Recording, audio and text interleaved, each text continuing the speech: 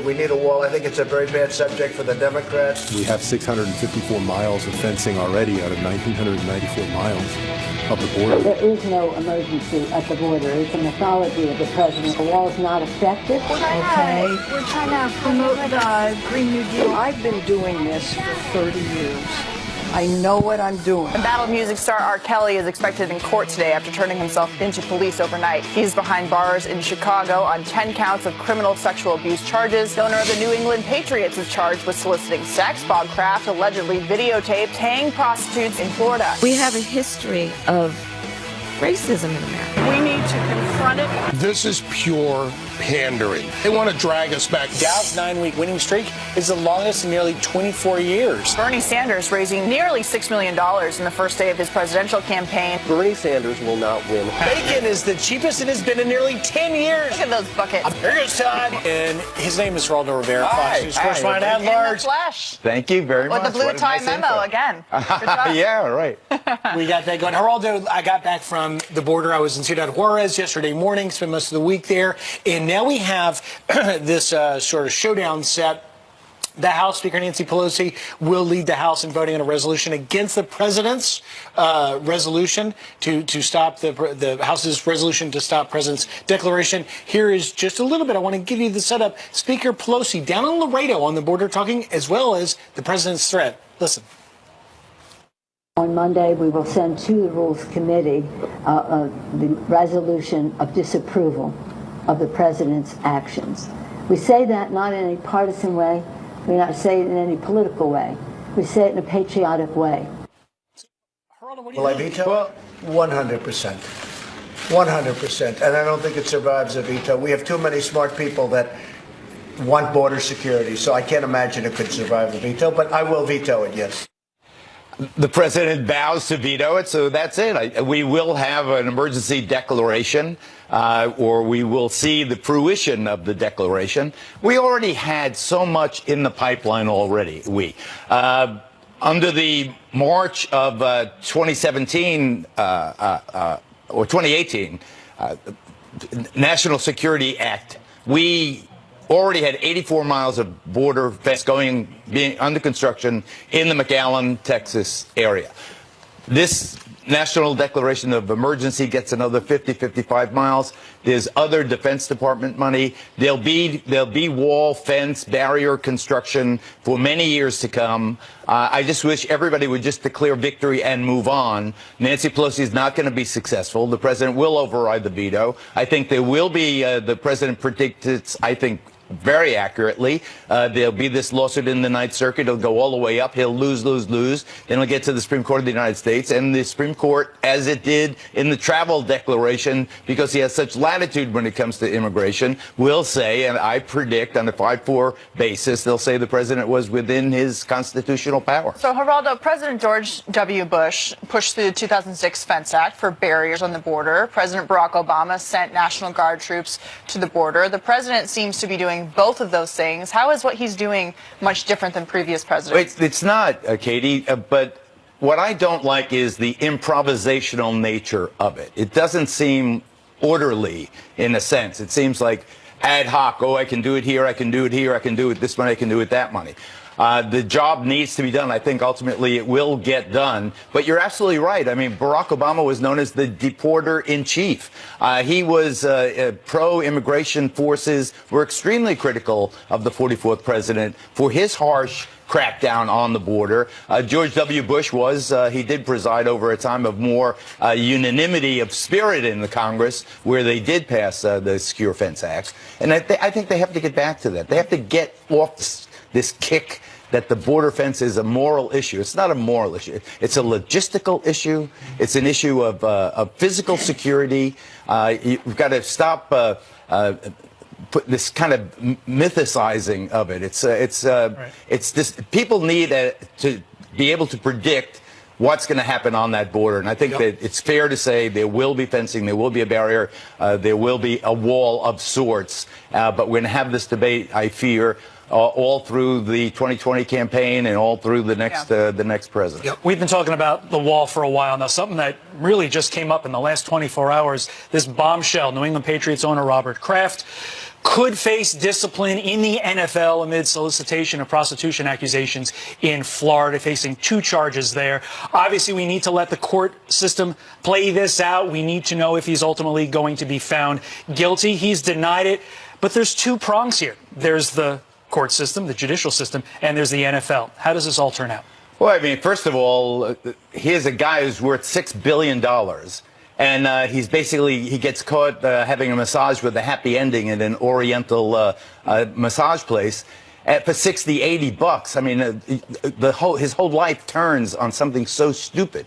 What he didn't know, of course, was that there was this federal probe of sex trafficking. They had been surveilling these Oriental massage joints, 10 of them, and they were keeping women in sexual slavery against their will. So there are some very serious felonies going on there, allegedly. Well, and whether he knew what was going on, I doubt. But he's going to get in the jam, and to your point, he's going to get fined or suspended next season. Will be issued next week. Yeah. So. But in a different case, bombshell as well, R. Kelly facing 10 counts of criminal sexual conduct, far more serious.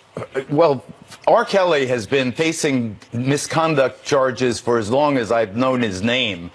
He married Aaliyah. Remember her? She died in that plane crash in the Bahamas. She was 15. They annulled that marriage. He's had this thing for young girls for a long time. He just got nailed by this BBC documentary, Surviving R. Kelly, that laid out, in very graphic terms, what he had done purportedly with these young girls. Now, Illinois in 2017 abolished the statute of limitations on these sex crimes. He was acquitted, about 10 years ago on a similar charge and on child pornography charges. He was acquitted. But he can be tried for so many other cases, and it seems to me they've charged him 10 counts now, but there's 4 victims as far as I know. Right. He's such a great talent. The biggest seller ever, hip-hop. Collaborated with Jay-Z, Michael Jackson, Lady Gaga.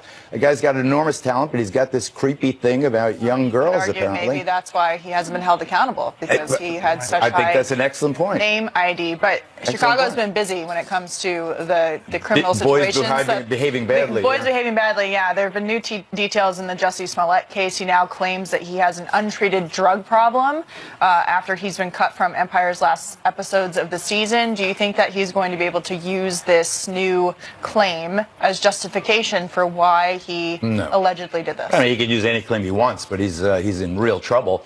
And his biggest trouble he hasn't heard yet, and it's coming from the federal government when they get him on mail fraud for engineering that ridiculous threat letter with aspirin or whatever, white powder in it, and mailing it to us, paying with a check and all the rest of it. I mean, he's a narcissistic, selfish, manipulative. I feel no pity for him whatsoever, for him to invoke nooses and the civil rights era, and he disparaged, in my view, every real victim of every racist attack in our melancholy history, and to try to ride that wave, to try to take advantage of that to get a raise. I thought Eddie Johnson, the Chicago police superintendent, should be an anchorman. He was so terrific, so articulate. He nailed him, and he expressed what everybody should: the absolute disgust that somebody, particularly a black man, would invoke the imagery of a noose to get some kind of financial gain. Because let's face it, there is going to be, as unfortunate as it is to say this, there is going to be a hate crime at some point in the future, a real one. And this just hurt that victim's approach to it. And if that victim's going to feel comfortable enough going forward, that is the real tragedy in all this. True. I mean, such a manipulated crime. It's like he was so naive. He had no idea what it really takes to fool the cops. He had no idea. It's all falling apart. Text messages, checks, paying collaborators with checks. I mean, ridiculous. All alleged. It doesn't look good, but we'll see how it plays out. I bet you knew. It didn't look good for O.J. Simpson either. All right, Geraldo, thank you so much. We appreciate it. Turning now to your headlines, a manhunt intensifying overnight for the gunman who shot a driver several times in a possible fit of road rage. The car window blown out with shattered glass and bullet casings covering the Florida highway. The injured driver is in stable condition. It's unclear what caused the gunman to go off. Virginia Republicans are inviting Lieutenant Governor Justin Fairfax and his sexual assault accusers to testify in a public hearing. The attorneys for Dr. Vanessa Tyson and Meredith Watson say they are willing to take the stand. Fairfax denies the allegations. A date for the hearings has not been set. The White House issuing a strong warning to disputed Venezuelan leader Nicolas Maduro as the brutal dictator orders a partial closure of the border with Colombia to keep out foreign aid from the country. Sarah Sanders releasing a statement, quote, egregious violation of human rights by Maduro and those who are following his orders will not go unpunished. At least 2 people have died in clashes with Venezuela's military. And the Oscars are preparing to hold their annual award ceremony without a host. It'll be the first time since 1989. Comedian Kevin Hart announced he was hosting in December, but stepped down the next day after a string of old controversial tweets surfaced. The 91st Academy Awards air 8 p.m. tomorrow night. And those are your headlines. Any of you no watching? host of Oscars. Are you watching? I thought you were hosting, Todd. Yeah. Nope. I'm not watching. You're not watching, you're hosting. Yeah. I think Betty White next year. Let's start this. Betty White next year hosts the Oscars. There, that's my position. I'll tell you what I will be watching is a video we've been playing all day. A group of kids and Senator Dianne Feinstein come to blows over the new Green Deal. Watch. There's no way to pay for it. You come in here and you say it has to be my way or the highway. I don't respond to that. I know what I'm doing. Did the senator go too far? I don't know. Griff, you are committed to your craft if you're going to be watching that video over and over again.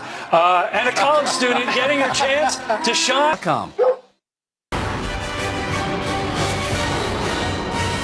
right, we are back. It is Saturday morning, 9:15 on the East Coast, and we're talking about Dianne Feinstein again because she got in a heated exchange with a group of children in her Senate office recently. Think about what you just said. Dianne Feinstein got in a heated exchange with a group of kids. It's amazing. It's amazing. Oh, you were setting it up. I apologize. Yeah. Well, they came to her office with a group called the Sunrise Movement and were demanding that she get on board with the Green New Deal. Listen to what she had to say to them. We're trying to promote the Green New Deal. Well, there are reasons why I can't, because there's no way to pay for it. You just can't go in and say, okay, we're going to take hundreds of millions from here and hundreds of millions from there.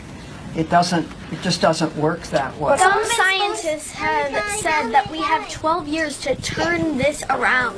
Well, it's not going to get turned around in 10 years. What we can do, Senator, if this doesn't get turned around in 10 years, you're looking at the faces of the people who are going to be living with these consequences. You come in here and you say it has to be my way or the highway.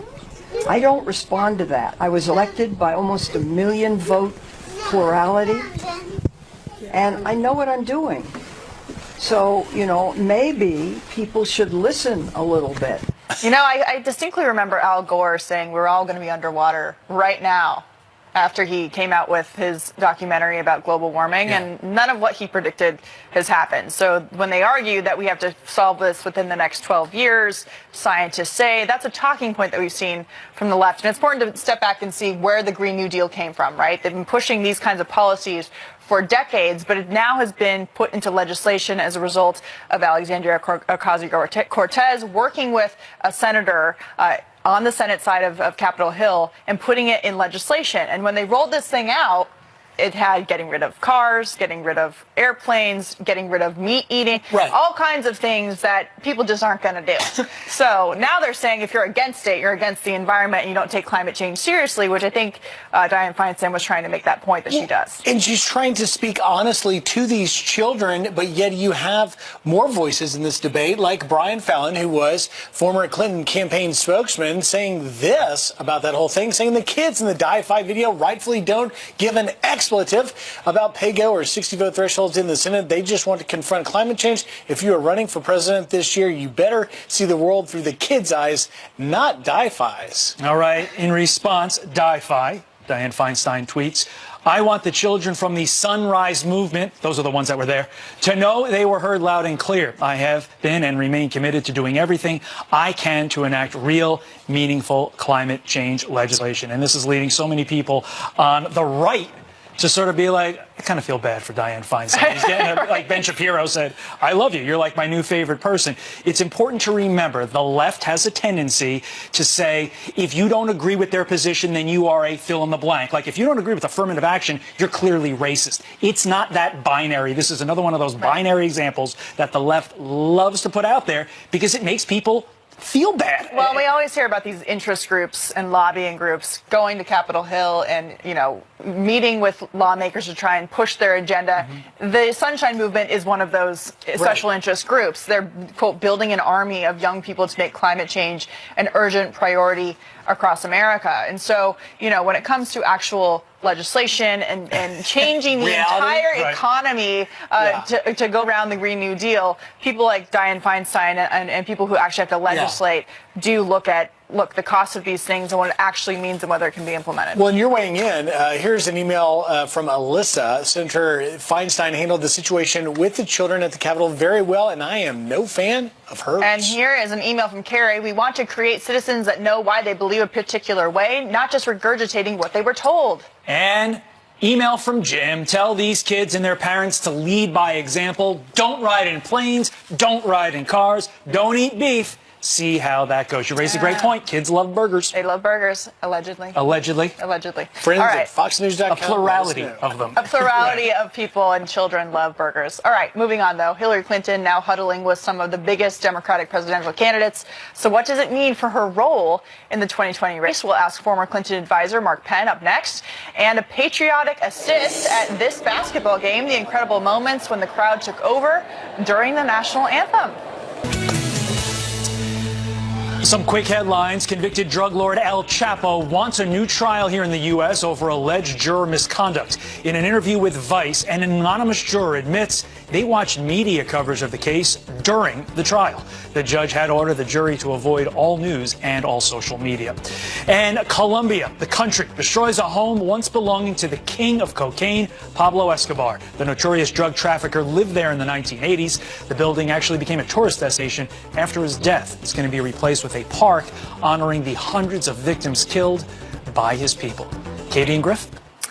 All right, well, she's back, and this time, failed Democratic presidential candidate Hillary Clinton is huddling with a number of 2020 Democratic hopefuls, meeting with both Amy Klobuchar and possible contender Joe Biden just this month. So, what role could Hillary play in 2020? Here to weigh in is Mark Penn, former Clinton advisor, and pollster, managing partner at the Stagewell Group and author of Micro Trends Squared. Thanks so much for being here. Morning. So Hillary herself has not ruled out a presidential run, but she seems to be offering advice. Do these candidates, should they be taking advice from someone who's lost 2 presidential races? Well, look, Hillary is one of the most experienced politicians around and won a number of Senate races as well and learned a lot, I think, from these things. Look, those meetings are going to be somewhat awkward because she hasn't declared that she's not definitely running. And in fact, she at the same time is looking over the field and I think will make a decision later in the year whether or not to run herself. So I think there's nothing unusual here, albeit a bit awkward. As a former aide to Clinton, what are the odds that she is going to run for president again? Well, I think it depends upon how the field is shaping up. I think if the party looks too far to the left and there's no front runner, she'll get in. I think if Joe Biden gets in, that probably means she won't run if he gets in. If he doesn't get in, I think the field will be open for her. Well, she mulls a potential run, as it seems that you're indicating, depending on who gets into the race. What would be her advice to these candidates as they hit the campaign trail against President Trump? Well, I can tell you, obviously she had one successful experience winning the nomination and one unsuccessful experience winning the nomination. I think she always regarded this year as the worst part of the nomination process, going through the finance primary, being picked over by the media before the real campaign, quote, begins and intensifies. So I think one thing she says is kind of get through this period as best you can and prepare for the shoot that really occurs, starting in the summer, and this thing really takes off. Yeah, well, she did say that she wanted to be president last fall, but she didn't necessarily want to run for president again. I want to ask you about Robert Mueller, the special counsel, and the fact that the report that we've been waiting for a very long time will not be released next week. But how will Democrats react to his findings if they're not exactly what they've been saying as a political talking point? Well, I don't like this kind of sentiment brewing that the Mueller report is the beginning. You know, the American public's waited almost 2 years for this report. Everything was put on hold until it was the biggest investigation of an administration in history since Watergate. It was probably bigger than Watergate when you look at the number of interviews and stones, you know, unturned. I think the American public's going to say, hey, this is it. Enough is enough. It's over. I think Democratic attempts to use this to start launching new investigations are likely to be misguided. My experience in '98 was that when it's over, people close the book. Until then, they're open-minded. Let's see the evidence. All right, Mark Penn, thank you so much for your perspective. We appreciate it. Thank you. All right, Corey Lewandowski joins us straight ahead, and a college student stealing the show during a Michael Bublé concert at Madison Square Garden. Now she's here.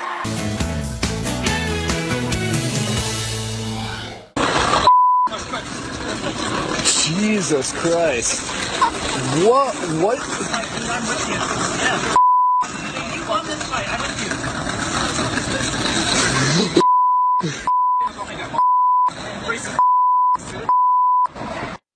All right, so the UC Berkeley police have identified a suspect who allegedly punched a conservative activist who was recruiting on campus, talking and debating conservative ideas in a public area. The police are not releasing the name of that person or who it is, and there haven't been charges filed yet. But you look at that video, and it's pretty violent, and something that we continually keep seeing, not just on college campuses, but also conservatives in other places like restaurants in around different cities getting attacked as well. Yeah, look, I have a teenage daughter, full disclosure, that'll be going to college in the fall. And, you know, we keep seeing this happening all across the country. Here is Talking Points USA, covers a lot of this stuff. Here's a montage of some of the instances we've seen. Look. You know what's better for people? Cheap labor. That's how you get cheap. You pay nothing. Don't like it. Film it, bro. Film it. I'm filming it. Yeah, bro. Take responsibility for your members. Whoa, that's assault. Are you serious? Cabling, Turning Point USA. Neo-fascist Becky right here. Becky the neo-fascist right here. Lots of name calling going on there. But we had Charlie Kirk, who's the founder and president of Turning Point USA, on earlier to talk about this ongoing violence. Unless the left gets called out for this ridiculous behavior, it is getting worse. This is happening hundreds of times a year, not necessarily physically, but we get verbal abuse, the harassment, and also just the retaliation from the leftist people on campus. They hate the idea that there are other ideas. We're not going to back down. We don't ever engage in any sort of physical confrontation, but we're also not going to allow the leftist mob to get away with using physical intimidation against conservative students. And what's so concerning is colleges, since the dawn of time, have been liberal bastions. I mean, let's face it, we all went to school, very liberal campuses with a few exceptions, but at least when we were going there, two people, two sides were able to have their discussion, learn from each. I'm not sure about that. Griff and I are old, so for us it was. But now, I mean, any resistance verbally is met with violence, and that's not America. Right. They take speech as a hate crime against them, and they see speech as violence against them, and then they act out with physical violence in response. I mean, a number of people who go on college campuses now who used to be able to speak on campus without any type of security now have to have a full security team as a result of these kinds of things happening. And until the police press charges, it's not going to change. It's unbelievable. Email us at friends@foxnews.com and let us know what you think about what's happening on our college campuses. All right. Well, turning now to some of your headlines. A Florida mayor charged with shooting at deputies resigns. This after a judge ruled Dale Mossad will remain in jail without bond. The governor suspending him, claiming he's unfit to serve. Mossad is accused of shooting at Port Richey authorities while they served a search warrant. He is charged with attempted murder and practicing medicine without a license. An MSNBC contributor is taking a shot at President Trump. Former RNC chairman Michael Steele claiming the president is probably not happy that a self-proclaimed white nationalist was arrested. These are his people, all right? And he's not going to thank law enforcement because he's probably not happy about what law enforcement did. Coast Guard Lieutenant Christopher Hassan is accused of plotting a mass domestic terror attack. Investigators say he had a hit list targeting Democrat leaders and journalists. And take a look at this heroic rescue. Firefighters saving a dog from an icy pond in Indiana. Cam walking on the frozen pond when he fell into the cold water, and the firefighters pulling the 11-year-old beagle mix by his collar, bringing him to safety. He's back with his owner and doing okay after warming up at the vet. And NBA All-Star Paul George brings Oklahoma City fans to their feet with this thunderous windmill slammed over the Utah Jazz. And those are your headlines. Over to you, Griff. All right. Wow, what a shot. Now, look, now is the time to bring home the bacon, literally. Literally. This week, pork hit its lowest wholesale price in a decade, about 65 cents a pound. Yeah, here with some ideas on how to enjoy the favorite breakfast classic is Chef Peter Sherman, owner of Bar Bacon and the author of the upcoming Bacon Bible. Yeah. Now you're an author as well. You know, bucket list. Keep checking them off. Exactly. Thanks for coming. All right, you brought a lot of bacon. 4 different kinds here? Yeah, I mean, look, the best part about pork prices going down is that people like me can now start experimenting on pork in ways that, you know, like bacon isn't expensive, but it's not cheap. Right. You know, so you don't want to screw that up. But now that it's getting into prices that, you know, I can experiment on things, I can do things like I did here today. So we did my version of a BLT. So we take bacon and we super confit and get it like nice and tender like this, and you almost like pull it apart like brisket, and made a BLT out of that. Let's show that. Yeah. Can you see that? Wait, how do you make it? So, I mean, look, you got to take normal bacon, slab bacon like this, right, and then you're re-smoking it to like 195 degrees, which is pulling temperature. Okay. Normal bacon is cooked to where you can thinly slice it and get it nice and crisp. Yep. I make mine like pulled pork. Okay. So you get all that same flavor, but all that tenderness. And how long does that take? I mean, another 5 hours in the smoker. By the way, we make bacon by opening up a package of bacon and putting it in. And we have that too. So you can make bacon? You can make obviously you can make bacon, but the thing is, everyone makes bacon. More people than you'd think, because it's an easier things to cook. So all over the country, you'll have different varieties that most people don't know about. So you've got a black pepper, a jalapeno, a pecan, and a maple. Maple's good. Maple's good. Yeah. If you go to Louisiana, you're going to find Cajun. You know, if you go to Texas, you're going to find beef. You know, so I mean, bacon is sort of unbelievably prevalent and varietal all over the country, but most people don't know about it. Wow, the jalapeno is good. Yeah. We understand you make an ultimate BLT. Can we watch you make said ultimate BLT? Well, I took this bacon, you know, that we super confit and tenderized, and then I mean, look, just so you can see. Show that to the camera, because that's legit. Is this bacon or that's pork belly? Same kind of thing for us? Yeah, so, you know, in the United States, bacon comes from the belly. Right. Right? In Canada, it comes from the loin. In Europe, it comes from the shoulder. That's where it goes, too. Right? Goes right to the belly. Back to the belly. Mm-hmm. So we put together a nice sort of onion bread roll with this confit bacon that we crisped up. Move these over here so we can see that. We need to see this. This is there we go. So for me, and again, there's always that debate: do you like your bacon crispy or soft? And I didn't give it an option. Yeah. This is going to be one way. So this, if you try this. Hey, cut that into 4.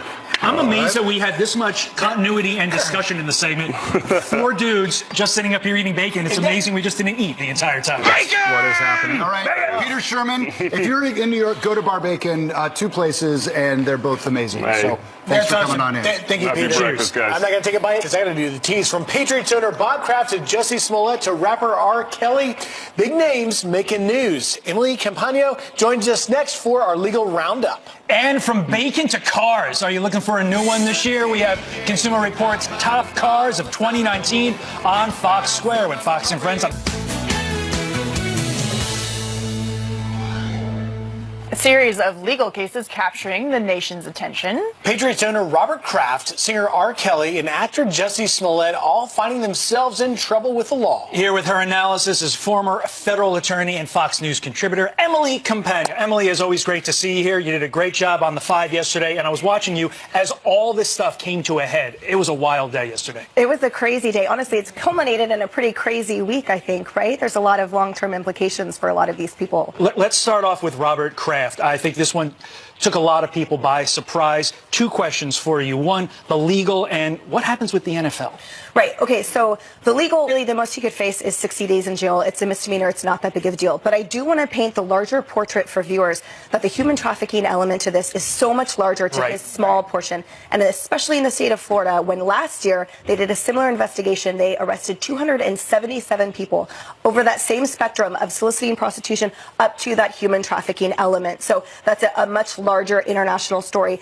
Note that owners in the NFL are subject to the same personal conduct policy that players are. And just like a couple years ago when the Colts owner, for DUI, he was suspended 6 games and fined $500,000. So look for that to be a much more severe penalty than he's likely facing judicially. Yeah, I'm really glad that you brought up the human trafficking angle of the story because it keeps being painted as a prostitution story, but this was women being forced against their will to engage in these types of behaviors as men allegedly paid for them. So that's, I think, a very clear distinction that needs to be made. And the DOJ just also in the last month charged 5 Mexican nationals with participation in a similar human trafficking, sex trafficking scheme, sentenced them to 25 years in prison each. So as well, there's a federal emphasis on this that, yes, is so much larger than small participation. Let's talk about R. Kelly. Turned himself in last night facing serious charges. He is, and also important for viewers to note, so this is the same county that almost 10 years ago he went through a similar trial on child pornography charges. There, too, was a sex tape, but he was acquitted. Here he's facing 30 to 70 years total. That's 3 to 7 years per 10 of the criminal abuse charges that he faces, and these were allegedly with minors. It's a really big deal there for him. So back to Illinois, the latest on Jussie Smollett. He's facing legal problems. His attorneys are now turning this back on the police. What's the latest happening with that case? Yeah, I will say that, so that strategy it's interesting to me because it is clear that the city of Chicago has taken this personally, with the judge using words like, this is despicable. We obviously heard the superintendent's speech as well. This was so serious for them. And so I'm not sure why his attorneys are not taking a more undercover strategy of working out behind the scenes. At this point, they are still steadfastly sticking to their story that he is 100% innocent, and now allegations of a potential drug abuse problem as well. As all lawyers must, you must defend your client vigorously. That said, you don't want to poke the bear in this instance. This is not a very sympathetic position, the way the current facts are stated right now with regard to Smollett. And for his attorneys to come out guns blazing like they did, I 100% agree with you. I don't know if that's the proper tact. Yes, and 2 points. Number one, the role of the defense attorney is not always to maintain your client's innocence. It's also to make sure that the charges are commensurate with the behavior, right? To make sure that the government is held in check with that, with the charges and with the penalty. And number 2, I will point out just for the letter, obviously the FBI is still investigating that, but I want to reiterate as well that it does not matter whether you can execute and actually deploy on a threatening letter and terroristic threats. We take it seriously, just like you can't make a joke in a TSA line, right? Similar thing. Severe consequences for that, much more so than the filing a false police report. Well, we appreciate you addressing all of the big issues of the week. There was a lot. So thank you so much, Emily. We appreciate it. Thanks, Emily. Thank you. Have a great Saturday. All right. Hillary Clinton now huddling with some of the biggest Democratic presidential candidates. So what does it mean for her role in the 2020 race? We'll ask former Clinton advisor Mark Penn next. And looking for a car in 2019, how about a BMW? Rev those engines. Looking for a new car this year? We have the best cars for performance and safety right here on Fox Square. Joining us now to break it all down is Consumer Reports writer Mike Quincy. Mike, what is this? I was just admiring this car thinking it is gorgeous. Well, that's the thing. This is the Toyota Avalon Hybrid. This is Consumer Reports' top pick for a full-size sedan. When you're talking about hybrids, you're talking about fuel economy. And Consumer Reports test 42 miles per gallon overall. And get this, 52 miles per gallon on the highway, which is incredible when you think about the size of the Avalon. And it feels like a high-end luxury car. Well, that's the thing. When you get an Avalon, you get in and you think, you know, Lexus, Mercedes, BMW. It's a Toyota, about $38,000, well-equipped. This car really rocked Consumer Reports test. All right, well, Mike, I'm going to take this home and I'm going to throw this over to Katie because she's got something else. All right, Mike, this is the 2019 Subaru Ascent, correct? So, yes, Subaru Ascent. This is Subaru's largest model. Subaru really needed a bigger model to fill in the gap gaps after people graduated from their Subaru Forester or their Outback. This has seats up to 8. It has standard forward collision warning and automatic emergency braking. So can I climb mountains in this car? Just It looks about. like a small SUV, Could you call it the Ascent because you're going up, right? The outdoor enthusiast, as myself, would love a car like this, right? This is an excellent model. Subaru really did a good job filling out their lineup with a bigger SUV. Beautiful. It feels like it'll get through some tough snow and mud, so I like it. So moving on to the next. Yeah, Mike, move on to the next. I like Kona coffee. Will I like the 2019 Hyundai Kona? Well, yeah. Amidst all of these, kind of serious cars, what we've got here is the Hyundai Kona. Serious. This is Just fun. like This me. is the fun side. The thing about Hyundai, their trademark is excellent controls. Easy. You get in this car within 30 seconds, you can figure everything out. Right. Standard Android Auto and Apple CarPlay. I mean, that's what people want these days. Notice they gave that to Simple Todd, so they can figure it out. But I think Kona. I think Hawaii. Yep. Why aren't we Shocking. doing this in Hawaii? I don't know. What about the BMW and Mr. Rick Reichmuth? All right, this is a BMW X5. X5. The soundbite really on the X5. This is one of the best SUVs Consumer Reports has ever tested. This is a luxury car. This is almost like a sports sedan. It has a beautiful interior. The ride is incredible. It's quiet. I love the X5. It looks like a video game in there, by the way. Well, that's kind of the case with a lot of cars these days. The controls are getting more complicated, and that's one of the things Consumer Reports evaluates. How easy is it to manipulate the controls? How much are the driver's eyes not focusing on the road ahead, but on the controls? Well, this is amazing. It's got the New Jersey license plate. It's ready for Todd to take it. Let's do it. Mom, Dad, I got your present. License plate already on it. All right, Mike, thank you so much for bringing all these cars in for us. Yeah, amazing stuff. Drive on out of here. Thanks, Mike. Appreciate All right, we appreciate that. Well, stay tuned because Geraldo Rivera